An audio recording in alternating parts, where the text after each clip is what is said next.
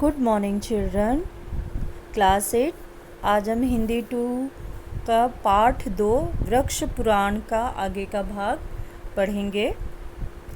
और मैंने पिछले ऑडियो वीडियो में आपसे कहा था कि इसे आप पढ़िएगा। चलिए आगे हम पढ़ते हैं। शिव जी का प्रिय बेल। बेल तो आप जानते हैं ना कि हम शिवरात्रि और सावन के महीने में बेल के पत्ते जो हैं वो 3 होने चाहिए। एक जो पूरा है वो उसको माना जाता है कि उसमें 3 पत्ते होने चाहिए, तभी वो उसको शुभ माना जाता है। तो वो बेल के पत्ते जिसको हम शिव जी पर अर्पित करते हैं, उस बेल के पत्ते के बारे में, उस बेल के वृक्ष के बारे में। बेल को संस्कृत में बिलव तथा अंग्रेजी में वुड एप्पल कहते हैं। यह शिव जी का प्रिय माना जाता है। इसके पत्ते शिव जी के पूजन में चढ़ाए जाते हैं, इसलिए अधिकतर शिव मंदिर के पास इस वृक्ष को अवश्य लगाया जाता है। बंगाल में दुर्गा पूजा के दिनों में दुर्गा देवी को बेल की एक शाखा जो उत्तर पूर्वी दिशा के पेड़ से लाई गई हो, यानी जो पेड़ है उसकी दिशा उत्तर पूर्व होनी चाहिए, के स्पर्श से जगाया जाता है। इसलिए जहाँ दुर्गा देवी बिठाई जाती है वहाँ पे बेल के पत्ते, उसके आसपास जो उनका पंडाल होता है वहाँ पे बेल के वृक्ष के पत्ते और पूरे वो सब काफ़ी वहाँ पे पाए जाते हैं, या फिर उनका इस्तेमाल किया जाता है। बिहार की लोककथा में एक लोकोक्ति है कि गंजे सिर के साथ बेल के पेड़ के नीचे नहीं जाते। माना जाता है कि बेल का फल गंजे सिर की ओर आकर्षित होता है और उस पर गिरने से अपने आप को रोक नहीं पाता है। एक और कहावत है, अगर बेल का फल पका है तो इससे कौवे को क्या। बेल का फल इतना कठोर होता है कि कौवे की चोंच उसमें नहीं घुस सकती। ऐसी मान्यता भी है कि यदि बेल और बेर का पेड़ एक साथ निकले हों तो नीचे पानी का स्रोत हो सकता है। यानी कि बेल और बेर का पेड़ अगर एक साथ एक ही ज़मीन के टुकड़े पर हों, एक हिस्से में हो, तो ये माना जाता है कि ज़मीन के नीचे वहाँ पर पानी अवश्य होगा, पानी का वहाँ पे स्रोत होगा, तभी मतलब एक पुराने समय का एक ये अनुमान लगाया जाता है कि वहाँ पर पानी होता है। बेल का वृक्ष लक्ष्मी जी का निवास भी माना जाता है। कहा जाता है कि लक्ष्मी जी यहाँ पर विश्राम करती हैं या उनका ये घर है। एक बार लक्ष्मी जी से विष्णु जी ने पूछा, तुम ब्राह्मणों से नाराज क्यों रहती हो। लक्ष्मी जी ने चिढ़कर उत्तर दिया, सारे ब्राह्मण मेरे स्वाभाविक शत्रु हैं। मैं अपने घर में अर्थात बेल के वृक्ष में शांति से नहीं रह सकती। वे प्रतिदिन मेरे पत्ते तोड़कर शंकर जी पर चढ़ाते हैं। जब वे मेरे घर को नष्ट करते हैं तो मैं उनके घर में क्यों रहूं। लक्ष्मी जी की इच्छा है भाई। एक लोक कथा प्रचलित है। एक शिकारी था जो हिरण का शिकार करते समय जंगल में भटक गया।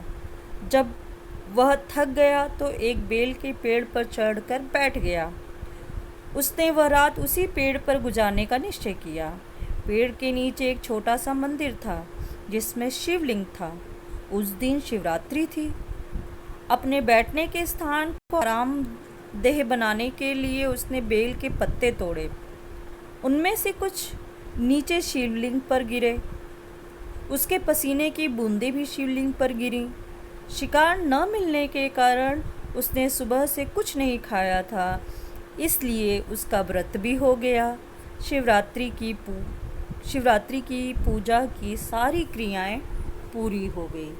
ये एक लोक कथा है। बेल के गूदे का शरबत बहुत स्वादिष्ट होता है। पेट के रोगों में यह बहुत लाभदायक होता है। अगर आदमी पेट का मरीज है तो ये अगर बेल का शरबत वो पीता है तो वो अपने पेट की बीमारी से, जो खास तौर से पेट में गैस की प्रॉब्लम, एसिडिटी की प्रॉब्लम जो होती है वो सॉल्व होती है, वो उससे ठीक होता है। इसके जड़ें ज्वर को उतारने के लिए इस्तेमाल की जाती हैं। ज्वर यानी बुखार होता है तो बेल का जो वृक्ष होता है उसकी जो जड़ें हैं उसकी सहायता से बुखार अगर किसी को हो गया है तो उससे दवा के रूप में इस्तेमाल किया जाता है, औषधि के रूप में इसका प्रयोग किया जाता है। आयुर्वेद में पेड़ों से ही, वृक्षों से काफ़ी औषधियाँ बनाई जाती हैं जड़ी बूटियों में। अगला जो भाग है पशु पक्षियों का प्रिय जामुन है, क्योंकि उनको जामुन बहुत पसंद है, बहुत आसानी से उनको उपलब्ध भी हो जाता है। जामुन को संस्कृत में जम्बू या फलेंद्र कहते हैं तथा अंग्रेजी में ब्लैक प्लम या इंडियन ब्लैकबेरी कहते हैं। यह कृष्ण व गणेश के संदर्भ में एक पवित्र वृक्ष माना जाता है।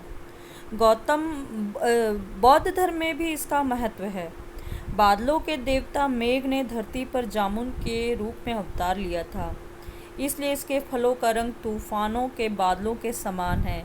इसके पत्तों से बंधनवार बनाकर लोग घर के प्रवेश द्वार पर लगाते हैं, जिससे वैवाहिक जीवन सुखी रहे।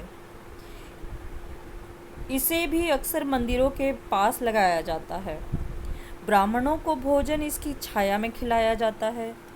वनों में अपने आप उगने वाला यह वृक्ष पशु पक्षियों का प्रिय भोजन है। असल में ये वनों में इसलिए ये बड़े आसानी से हो जाते हैं क्योंकि पशु पक्षी जो हैं वो इनके जो फल खाते हैं और इनके बीज जो है यहाँ वहाँ उनकी चोंच की सहायता से या अपने साथ वो जब कैरी करते हैं, खाते हैं तो वो इधर उधर गिर जाते हैं। इसलिए यह जहाँ गिरते हैं वहाँ पर पेड़ एक नया जामुन का वृक्ष खड़ा हो जाता है या उग जाता है।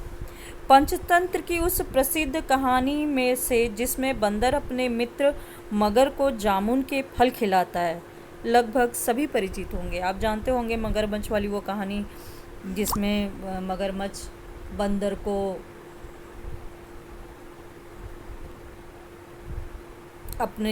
बंदर जो होता है अपने मित्र मगरमच्छ को जामुन के फल खिलाता है। जामुन का पेड़ विशाल होता है। इसके पत्ते टसर रेशम के कीड़े खाते हैं। इसके फल सभी जीव जंतु खाते हैं। इसके फलों से शरबत और सिरका बनाया जाता है। इसके बीजों से डायबिटीज़ की औषधि बनाई जाती है और इसकी लकड़ी खेती के औजारों में काम आती है।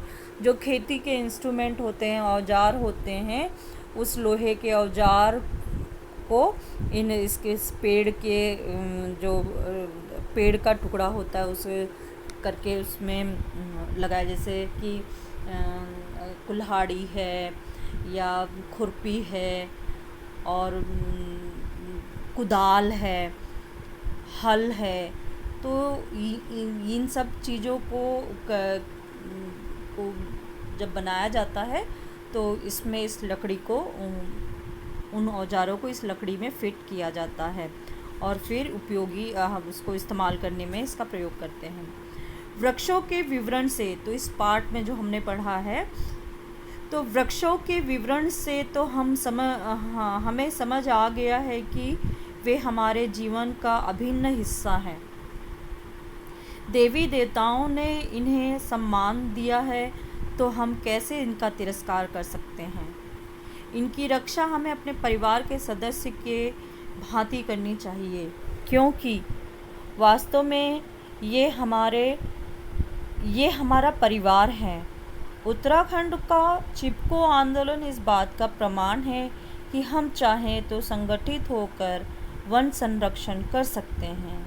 अभी भी समय है, हम पेड़ों का विनाश रोकें और आने वाली पीढ़ियों की रक्षा करें। चिपको आंदोलन आपको पता होगा कि जो उत्तराखंड में वृक्षों को काट कर और जंगलों को काटा जा रहा था, उसमें आपके हिस्ट्री की बुक्स में चिपको आंदोलन होगा। यहाँ पर उसी चिपको आंदोलन के बारे में बात की गई है। तो इस तरह से हमने इस पाठ में वृक्षों का हमारे सनातन धर्म में कहिए या हमारे पौराणिक कथाओं में, पौराणिक ग्रंथों में वृक्षों को बहुत महत्व दिया गया है। उनको ईश्वर का दर्जा देकर उनकी पूजा की जाती है। बरगद का पेड़ जो है वो बहुत ही वो बहुत ज़्यादा उपयोगी और महत्वपूर्ण है। इसकी हर एक वस्तु जो पत्ते से लेकर फल फूल, उसके फल पत्ते शाखाएं, उसका हर भाग जो है वो जड़ें, सारे भाग, उसकी छाल, सब कुछ आयुर्वेदिक औषधि बनाने में काम आती है। इसे त्रिमूर्ति कहा जाता है। त्रिमूर्ति जिसमें ब्रह्मा विष्णु महेश, तीनों को त्रिमूर्ति, यानी इस वृक्ष में ब्रह्मा विष्णु महेश तीनों का वास है बरगद के पेड़ को। और इसके अलावा इसको जो वटाक्षश्रय जो है वो कुबेर का एक नाम है। कुबेर थे धन के देवता कुबेर, उनको वटाक्षश्रय के नाम से भी जाना जाता है। और बरगद के पेड़ की ही कहानी है कि बरगद के पेड़ की पूजा करने के कारण ही जब सावित्री के पति सत्यवान का निधन उसी पेड़ के नीचे हो जाता है, तो उसी पेड़ के में पूजा करके वो पेड़ से उन्हें मिलता है कि हाँ वे उस टाइम उनको आशीर्वाद प्राप्त होता है और वो यमराज का पीछा करते हुए यमलोक तक पहुंच जाती हैं और वहाँ से अपने पति के प्राण वे वापस लेकर आती हैं।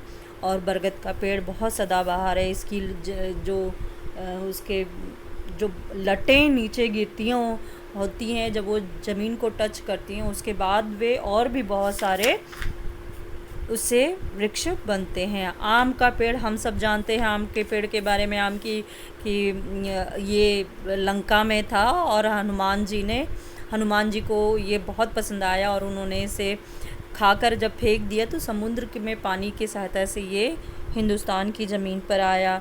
इसे संबंधित उत्तर प्रदेश में एक बहुत अच्छी कथा है जिसे आप पढ़ेंगे। और बेल के वृक्ष है, बेल का जो वृक्ष है उसके बारे में भी है। इसमें लक्ष्मी जी का वास होता है। तरह तरह की इसके बारे में लोकोक्तियाँ और कहावतें हैं। और जामुन का पेड़ वो किस तरह से औषधियों के काम आता है, ये है। इस तरह से हमारे जो वृक्ष हैं हमारे जीवन के लिए बहुत उपयोगी, बहुत महत्वपूर्ण है। तो बच्चों, आप इस पाठ को पढ़िएगा और होमवर्क मैं आपको भेज दूँगी। बाय, टेक केयर, अपना ध्यान रखिएगा।